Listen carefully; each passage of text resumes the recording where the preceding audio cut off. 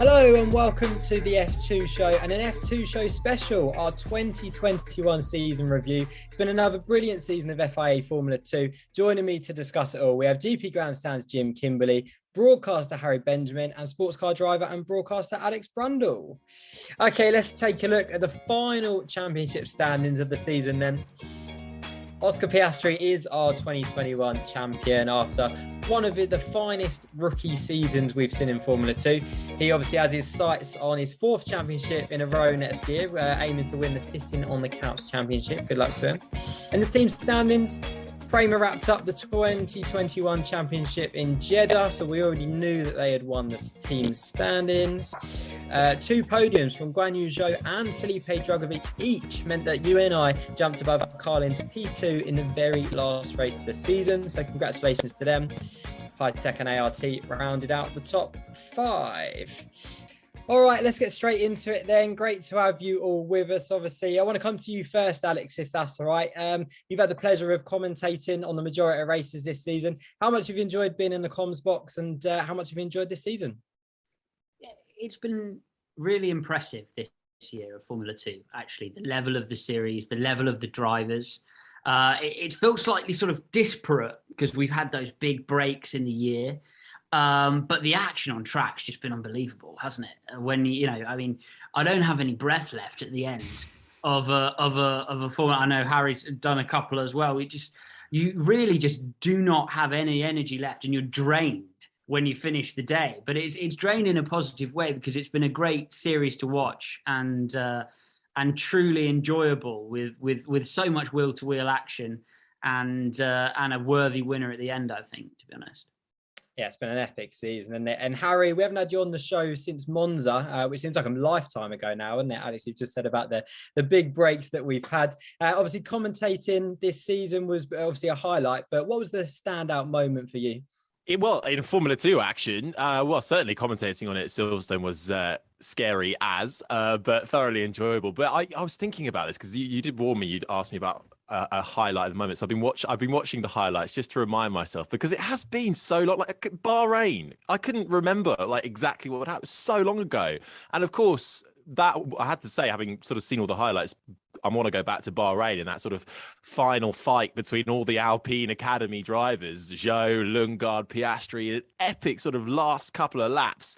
Oscar Piastri came on the radio. I wrote it down. I did my prep, you see. He said, if you don't love F2, right, I think you do now. And I just thought, you know what? That no one could say any better. It was a perfect way. The final shootout on the last lap for the lead. Piastri wins out, says it perfectly, sets up for a brilliant Formula 2 season, which remains my highlight.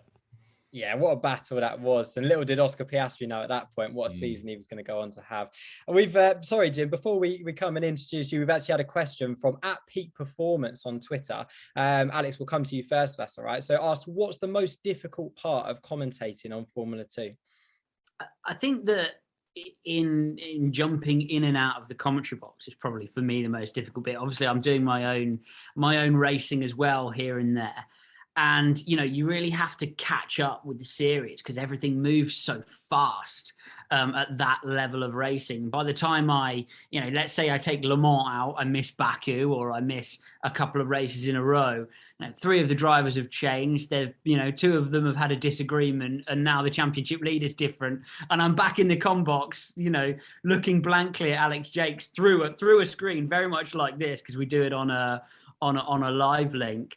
And I have to really get in and do my prep work to make sure I do the series justice, and it's as much about doing the competitors justice as the viewer justice, I really believe at this level, because they deserve to be properly and knowledgeably covered because essentially all the team bosses, all the people that might hire them in the future of their career are watching the feed just like the audience are, and they don't always have the time to go through all of the stat packs and work out which driver they want to hire. They rely on us. So that's really tough. Keeping up with it, mate, honestly, keeping up with it is just the action on track is something which is, a tough ask as well. Well, you've definitely done it justice, if I may say. And Harry, obviously, you jumped into the comms box for the first time this season. What were you most worried about when you jumped into the box? Everything. I mean, well, as Alex says, all those, and that's Alex done the majority of races, and as someone who's watched a lot of Formula 2, a lot of GP2, it's very daunting when you're suddenly thrown in. I was not expecting that. I got called on Friday afternoon, so practice and qualifying had already happened. And as Alex was alluding to, he's jumping in and out of the commentary box. I was prepared for a weekend out with my mates. Good Lord, a weekend off. It was amazing. And then suddenly... to the bar to watch some Formula 2. Yeah, exactly. and then suddenly you're like, right, okay, you get the call. And of course, you've got to say yes and you fill in and you've got to try and squeeze as much prep as you can. In my case for Formula 2, I was the co-commentator. So that kind of took a little bit of the pressure off. But it's still, I did it alongside the brilliant Rosanna Tennant, of course. Again, it was her first time doing lead commentary on Formula 2. So to chuck us both in there, it was always going to be a bit of the blind leading the blind. And I think after the first race, we kind of got our bearings together and managed to get up to speed with it. But it's not just getting up to speed with following how a race unfolds. It's also making sure, you know what's happened in the build-up, what the implications are of that overtake, or why he's down there, why is that pit stop happening, what's the format of this entire series, it changed from last year, all these little tidbits that a lot of people, I think, take for granted, but you've got to really know your stuff, firstly, yourself, which I know is spoken about time and time again, but it's true. You've got to do your homework. Being a commentator is like basically constantly revising for your A levels or GCSEs. That's how I felt like anyway, just constantly, in fact, doing more revision than I ever did, but constantly watching things, writing down notes, a stat that you think you might need, but you might not ever say it. It might have even been Alex Jakes who said, I'll do 110% preparation work or whatever, but I'll probably only use 10% of it. But just in case there's a red flag, there's a safety car, or it's not a particularly interesting race where you've got to fill, that's when you use the rest of it, which is something I learned. Well, mate, if it was your A levels, I think you passed just very about. well. So, yeah, Jim, you've waited patiently. Thank you very much. We're going to go from obviously the commentary box to the sofa. You've been our armchair expert this season. We've spoken to you a lot about the action, obviously throughout the season, but haven't had a couple of weeks to digest it all. Where does this season sit compared to other seasons, Formula 2 seasons? Couple of weeks to digest. It's been like a couple of months to digest after each race. It felt like this season, so it's barely digested. It's been a good season. Piastri's run away with it, and it's weird to think actually. As I was looking through how the season unfolded, that Joe was in fact the championship leader and looking pretty strong for the first half of the season. And Piastri's obviously ran away with it. And I feel that's almost taken a bit, as well as the big gaps, it's taken a little bit of the excitement out, because there wasn't that fight for the championship at the end. It was just a matter of when is Piastri going to take it. But in terms of the actual on-track racing, it's as good as any other season.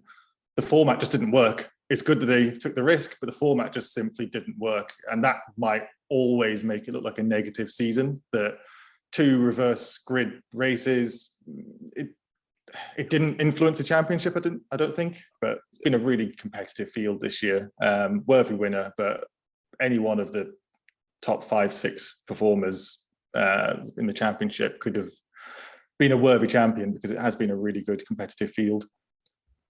Yeah, let's talk about Oscar Piastri then. Obviously, I think it's fair to say it's been a pretty dominant season. How impressed have you been with him, Alex? I think it is impressive, especially given the difficulties associated to the format. And that, each weekend there was that moment of jeopardy in race 1 where, he would have to start from 10th. There was a potential to be wiped out of the race. There was a potential to have an incident, as we actually saw after he'd won the championship in Abu Dhabi. I think it's been a very, very impressive season. What really impresses me about it are 2 things. The dominance in qualifying is one, when you have less qualifying sessions through the year. And the reason is, from having been in the cockpit in feeder series, I know how turbulent those qualifying sessions are. And I know how difficult it is. When you first meet your engineer for a year of feeder series racing, they say to you, look, change your perspective on where you're aiming to qualify here, because anywhere in or around the top 10, if you can continuously qualify there, is a good effort and will keep you in the game. Well, to whitewash qualifying from mid-season onwards is outrageous from a driver's perspective, having been in those cars and been in what is a pretty dominant Prema, but he had a teammate, you know. The second point is the discipline that he showed throughout the year. And it's so easy to have one critical slip. We saw, for example, in the final couple of races of the year, a critical slip from Callum Ilott last year down the inside of, I think it was Felipe Drugovich. It might have been Jahan Daruvla, actually. Turn 10 in Bahrain. Just a little slip like that. You know, he never got desperate. He never put the big move on the table and made a big error.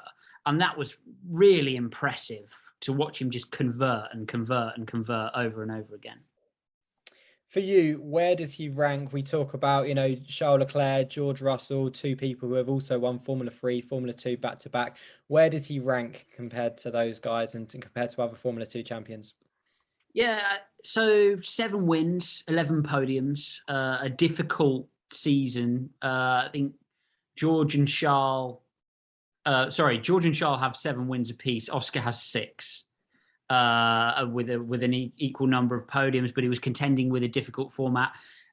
I mean, anybody who comes into this level of motorsport, and I would consider it doing Hamilton, because he's, for me, the guy who came in, dominated, or didn't dominate, but was able to win in feeder series in his first year and then moved through to Formula 1, is going to do something pretty special in Formula 1 if they get the opportunity to do so. I think that he was against an incredibly competitive field. When you look at Théo Pourchaire, you know, a talent like Théo Pourchaire finishing up 5th in the year, you know, arguing, but many, many points ahead of a driver like Robert Schwartzman, who has taken his talent all the way through feeder series as well in the same car. He's been incredibly impressive, but only time will really tell whether that talent converts into a Formula 1 car, which is for me, having analysed it all year, a hilariously different challenge when you think about the run in through feeder series. It's such a different type of car. Harry, for you as well, where does he rank and just how good is he? Well, I mean, I echo a lot of what Alex has said there, you know, and as Jim alluded to, everyone said it, you know, to come in as a rookie off the back of Formula 3 and before that, you know, the Formula Euro Cup, he's a man on a mission, man on a charge. And again, there's such a delightfully impressive competitive field as well, because sometimes, you know, that's not always the case in Formula 2, which is nice. And, you know, that top 10, it has been quite hotly contested with some, you know, standouts coming through, you know, in the earlier part of the season, people like Richard Verschoor or Ralph Boschung suddenly showing quite a lot of good pace and actually being able to repeat that time and time again. So it just shows that, you know, as well as the usual suspects, hang on, who are these guys? Where have they come from? And suddenly they're up there as well fighting. So he's really had to go up against that, and as well as we've said, the format. So that just underlines it in what has been a difficult season in terms of the gaps as well, because we've seen how that can take a toll on a driver, not having that consistency.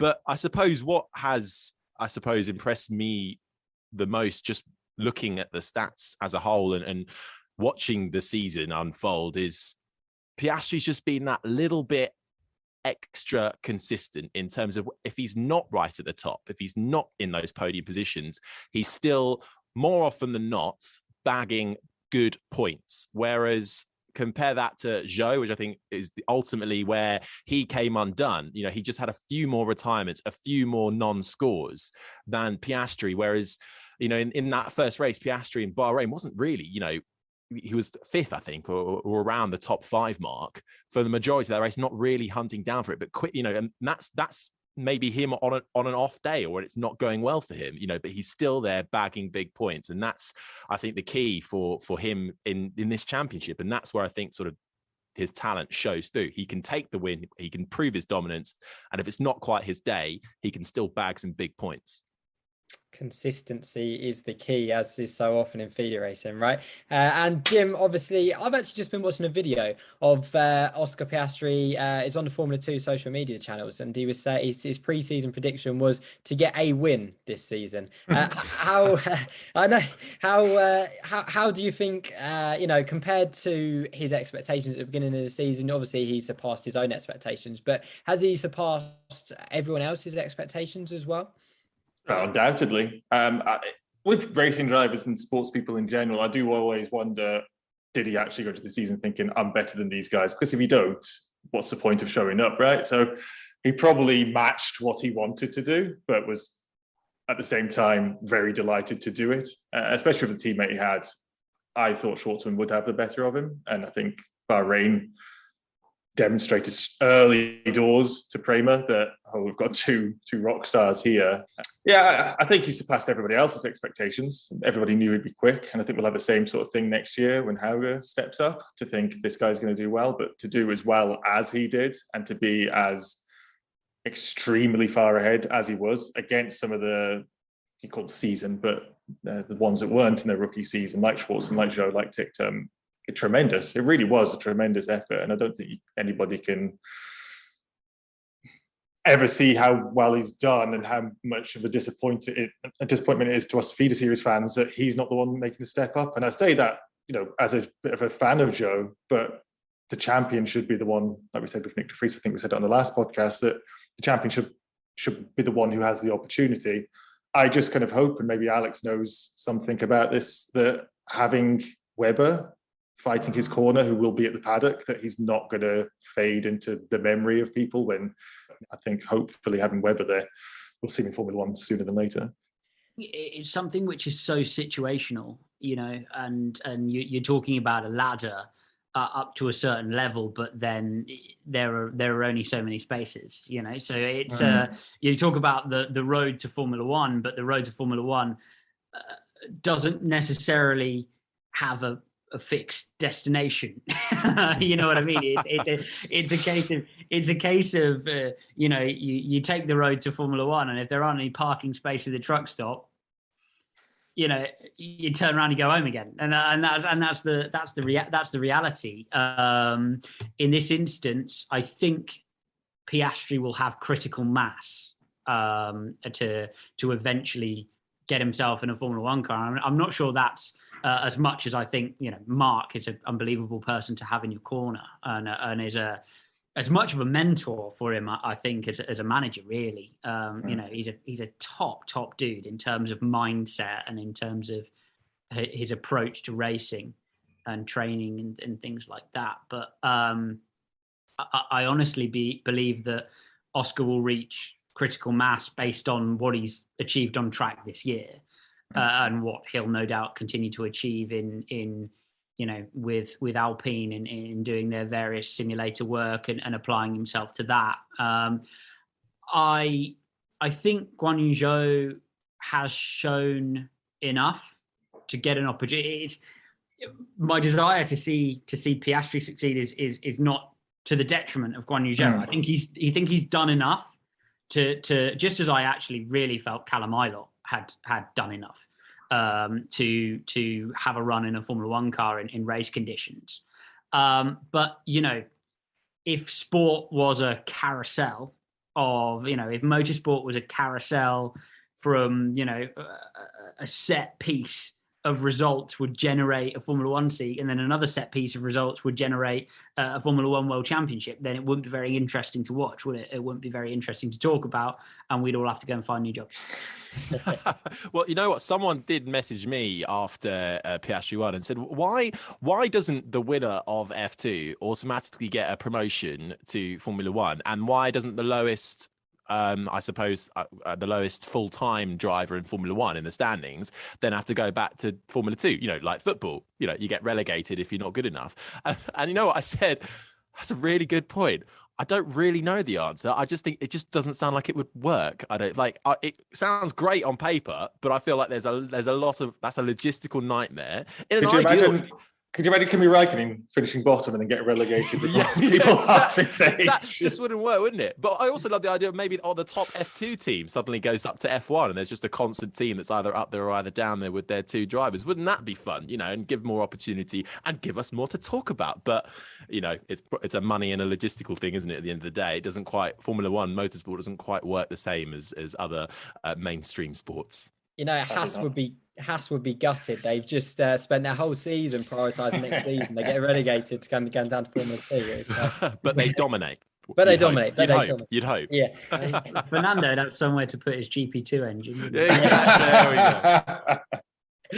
Alex, we've obviously just been speaking about Guan Yu Zhou. How much will not winning the championship this season, as a driver, from a driver's perspective, how much will not winning the championships this season play on his mind going into Formula One? Will he feel the need to kind of prove that he deserves to be? Obviously, we all think that he does deserve to be in Formula One, but will he feel like he needs to prove that he deserves to be in Formula One? And could that lead to him trying a bit too hard, making a few mistakes? What will his mentality be? I think he needs the insulation around him to prevent that happening. And it's obviously a massive change for the drivers when they, I haven't experienced it, but I know a lot of closer mates who've moved, up into that level of sport and into the level of our sport.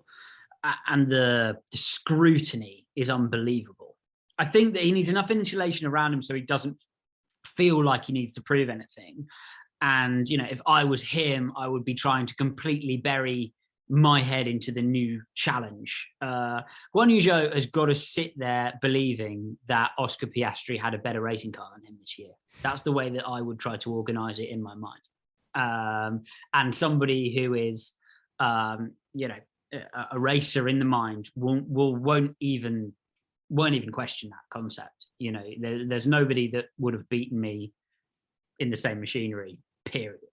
And so he will be putting his head into the new challenge, will be, working. And Formula One, it's just such an all-consuming challenge for the drivers that he should have enough going on to actually be able to just go, right, Formula 2's happened. I've got to hear. It's sort of a bit like, when you apply for your second job, all that matters is what you did in your first job, isn't it? Your A levels don't matter anymore. Your university degree doesn't matter anymore. Whoosh, gone. It's that, isn't it? It's that. Right now I'm here and I need to move forward. Really interesting. At Ben Tool 1 on Instagram asked who deserves a Formula One seat more based on the last 3 seasons, Harry. Would it be Zhou with the experience, with the older, wiser head, or would it be Piastri with back-to-back titles? Obviously, they both deserve a seat if we could give them a seat. But yeah. Why do I have to answer that first? I put that on your list, that one. Oh, that's such a hard question. Who deserves it more? Arguably, I think the big thing on Zhou's back, midway through his F2 career was getting that first, feature race win, wasn't it? He'd done the sprint race, but he hadn't quite been able to get a feature race win. And once he sort of got that kind of marker off his back, he sort of flourished a little bit. But I honestly don't think I can answer that question. Who deserves it more? Piastri It is a travesty that a talent like Oscar Piastri doesn't get a go in a Formula One race seat this year. That I think that shows that there is generally a sort of there's a stopgap, isn't there? Once you get to the top of the feeder series ladder, where F1 is there, but as Alex said earlier, all the parking spaces are taken by some drivers who are, have either just joined or perhaps have been there for years. And, these young guns are thinking, well, come on, when's my turn? When can I have a go? Surely I deserve my time. You've had your time, move on. But, life's not fair. Formula One certainly isn't fair. That's not how motorsport works. And in which case, Piastri, I think, might benefit more by having, a bit of time on the sidelines. He's getting a hell of a lot of track time in, the older Alpine, Renault, Lotus cars. Which I think some other drivers who are test and reserve drivers would be absolutely screaming to have as well. The amount of times I think I've seen Zhou and Piastri run around Bahrain and Barcelona in those cars getting testing time is brilliant. You don't see that so often these days, in terms of test drivers. But I'm trying to divert away from answering your question because I don't have an answer. I think Piastri should be in Formula One. I think he's done enough to deserve that chance. I just hope it comes about next season. But I also struggle. Where's he going to go in Alpine? It's on Alonso to leave, and Ocon's on a long-term deal, looking fairly racy as well. So unless he has a complete shocker, I just can't see an obvious gap opening. So Piastri does deserve to be in Formula One, as does Zhou. Then that's where I'm going to leave it. It's the longest non-answer I've ever heard. Harry. Yeah, you're welcome. You're welcome. If I've been saying this is my early 2022 prediction, if El Plan doesn't work out, then I think Alonso will go mid-season, and we may see Oscar Piastri in a Formula One car next year. So I don't know. We'll wait and see, won't we? Let's move it on then. Some departing drivers from Formula 2, obviously some winners as well who are going. So Robert Schwartzman, Dan Ticktum. What would their mark be? What would they leave Formula 2 on, Jim? Dan Ticktum's going to leave some Raikkonen-esque team radio. It is what he's going to be known for. I think he kind of shook that Dan Tantrum tag a little bit this year. He really showed quite a lot of quality. And let's be honest, I don't think any other team were going to win the championship this year, any other driver not in a Prema. But he made a really good go of it, didn't he? Joining Carlin, thoroughly outperformed his teammate. And I do wish him well. I know I joke a little bit about Formula E, but I think that could be a really good move for him. So his mark on the championship, or mark on Formula 2, is to have a really good driver who had some great attacking drives, particularly at Baku. I remember this year he was outstanding, just absolutely flying past people on that long straight in what's essentially the same machinery. Really, really tremendous stuff. And was it Schwartzman you said as well? Schwartzman as well, yeah. Mr. Schwartzman. The guy who never quite got there right at the end, right? He always looked like he could, and then he's had two pretty good teammates to take it away from him, sadly. I think Schwartzman, he seems like just such a nice guy as well, and for all the stuff they had to go through, in particular last year with his father, and still being able to be so resilient, it's just absolutely heartbreaking to see. But his dad was so proud of him for how well he's performed, and he's really stepped up the second half, or the last three quarters of this season, because he started it so poorly, had messy mistakes, and then I think he lost his front wing in Bahrain and again in Monaco, and for him to finish second and take Zhou as we get into the closing stages was really good. I think Ferrari will be a fan of him. I would be. I don't think he's going to make Formula One at this point, but I think he's given Formula 2 some really good racing this year and last year. So yeah, it's a shame. It's a shame he's not getting enough third season. When we saw Drugovich getting another bite of the apple next year, I thought, maybe Robert would as well, but that's not likely now, which is a shame. But I don't know where he'd go from here. He's got world class sports car driver written all over it. You say Ferrari hypercar, that's on the works, isn't it? Yeah. You never know. Right temperament, enough speed, doesn't make errors, plays the percentages. I think that for me, there are a lot of drivers in his, and understandably in his situation. For example, Callum last year was one of them who, wanted to stay in a single seater, like the idea of IndyCar, and that's an option they take it. But I really think with the connection with Ferrari, Robert does have a future in a sports car, and he's the right kind of guy to make a go of it if he fancies it.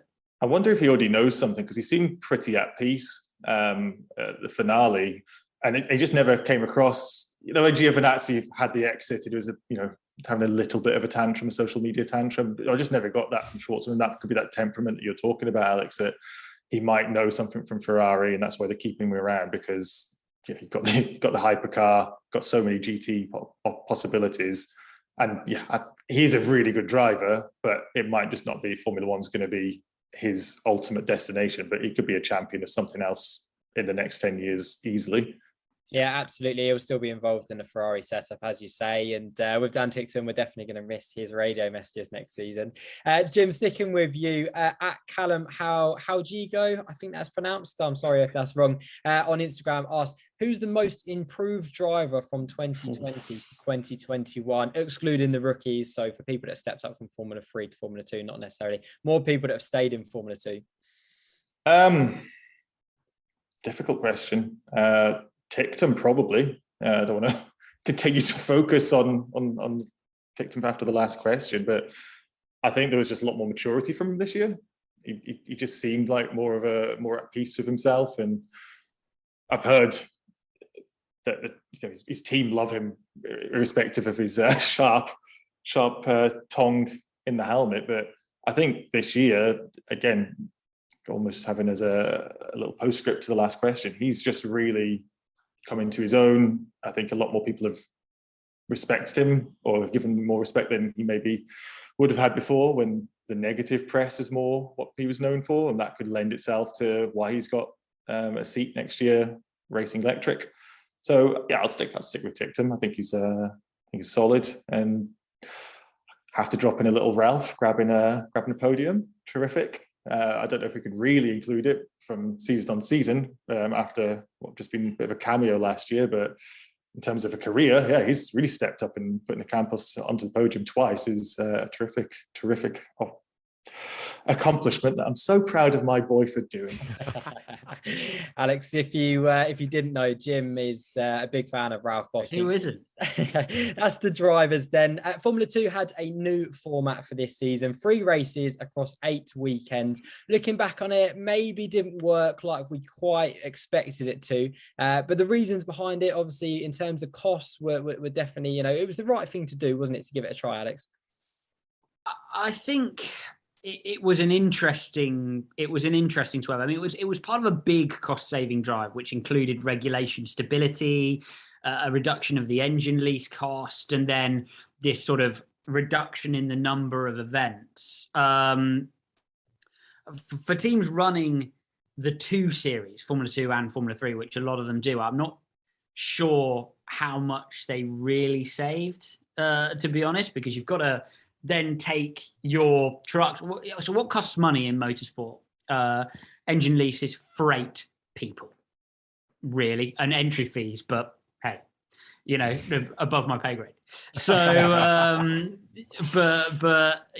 so actually, when you look at the freight, that actually sort of increased a little bit. The engine lease was reduced, but then the people had less events to do. Okay, fair enough. I think we generated some good racing, firstly, but I think Formula 2 always did that, realistically. I liked having the feature race before the Grand Prix. I thought that offered the drivers something. And if we do 2 races again over a weekend, I'd love to see them flipped. I'm not sure we will see it, but I'd love to see them flipped. So we have, a little mini Grand Prix before the Grand Prix on Sunday, like that. But the gaps in the season, I think, generated errors that shouldn't really have happened. I think it borders on a little bit of an unsafe time period to ask drivers to race flat out mid-season in the championship, without any testing and so on and so forth. And teams and drivers benefit from seeing a lot of venues, on the average over several venues, we then get a better picture of what these young drivers can do, which I think was a little bit missing this year, to be honest.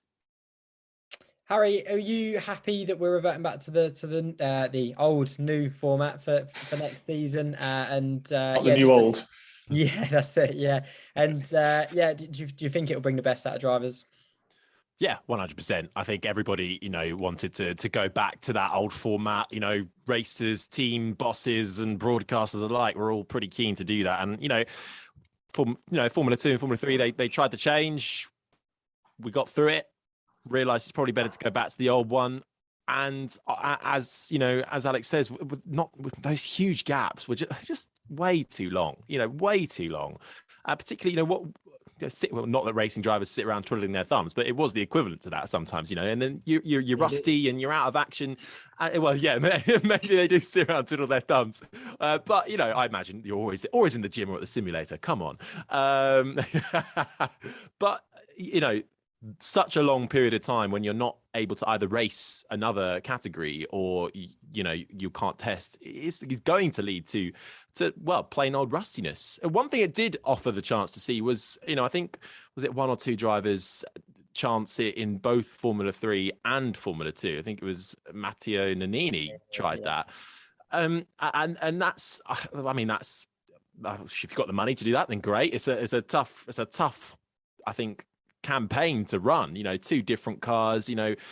How is that development going to work? Because I'm not quite so sure if that really worked out for him or not. I think it's from a racing driver point of view, as an outsider, I would suggest maybe it's probably better to focus on one campaign and really put your heart and soul into that, and then work on developing yourself and moving up, which I think this new calendar will do. There are still a couple of gaps, I think, towards the end of the season where they may be slightly longer than you'd hope for, but we're not in that room where they make those decisions. It's based around, obviously, the Formula One calendar and how that's going to work with freight and shipping and costs. So I think all in all, it's next year will be much improved. I think all the drivers on that grid will be very happy to see that. 100%. You just mentioned the 2-month gap at the end of the season in between Sochi, Abu Dhabi. Could we have gone to Kota, for example? Could we have replaced the European race with Kota to break up the season a little bit? 1 month gap. Yeah, I think it's always a question of cost, and it's a question of getting everything in. You've got W Series to fit on the calendar and fit on the bill as well. Let's not forget Porsche Super Cup. Porsche Super Cup is a really big part of what happens at a Grand Prix weekend, because it's actually a really lucrative slot, which is why they get the top line commentators that are available to do. They didn't book you for that one, Alex. They didn't. Well, that's what I mean. That's what I mean. The B team are in the rest of the weekend, and then Ben turns up. But that's it's an extremely lucrative slot though for and really helps to fund the venues, and Porsche get a lot out of it. So I think that we could have done. It's all a case of how these things pan out. I also liked the opportunity for Formula 3 drivers to get the chance. Formula 3's happened in Europe exclusively, and I really do think that a big part of moving to Formula 1. I mean, look at somebody like Yuki Tsunoda this year, where he arrives to every single circuit fresh. A big part of going to Formula 1 is you're now in Singapore, and then give us data. All right, you're now at, whatever Valencia street circuit when we used to have it, Jeddah, learn it in 3 laps and then give us data. And it's cool to see who can do that. And it's important that drivers get a chance to do that rather than, round 5 will be at Barcelona, round 6 will be at Spa. It's a bit more of a challenge for the kids, Yeah, definitely. That's been a benefit of the calendar, isn't it, and the format. So, okay, let's have a few quick fire questions for our panel then. Alex, we'll come to you first, if that's all right, then to you, Harry, and we'll finish off with you, Jim, if that's okay. So question number 1, who surprised you this season, Alex? Who surprised? Who surprised me? I've never surprised. He surprised me. Ralph Boschung surprised me by turning up at the front of the field. Jack Doohan surprised me. With his cameo at the end of the year. How rapid's he been, man? Really good. Harry? I mean, Ralph Boschung, I'd say Richard Verschoor at times showed some great pace as well. Shame couldn't quite finish the camp. Well, I think he missed the camp and then ended with Charouz, didn't he? Came back, but Boschung as well. Doing all the same people, so to get second in qualify second in his second ever qualifying. Mental, absolutely mental. He's going to be a good one next year. He really is. Jim? I don't know if it's a surprise, but Porsche being as good as he was as well for the age that he is. Not surprised is maybe the wrong word, but I'm surprised he was as high as he was at the end of the season with his age. So, want to watch for the future, as we all knew, but really solidified that this year. Yeah, can I give a shout out to Ben Viscow as well, by the way? He scored a majority of his team's points this season. And yeah, definitely hope to see him back on the grid because I thought he had a really good season. Second question, who fell slightly short of what you were expecting this season, Alex? I mean, the level's so high. It's a tough question. I think, well, the results speak for themselves. A guy that I really felt was unlucky this year, and I felt for him all year, was Marcus Armstrong.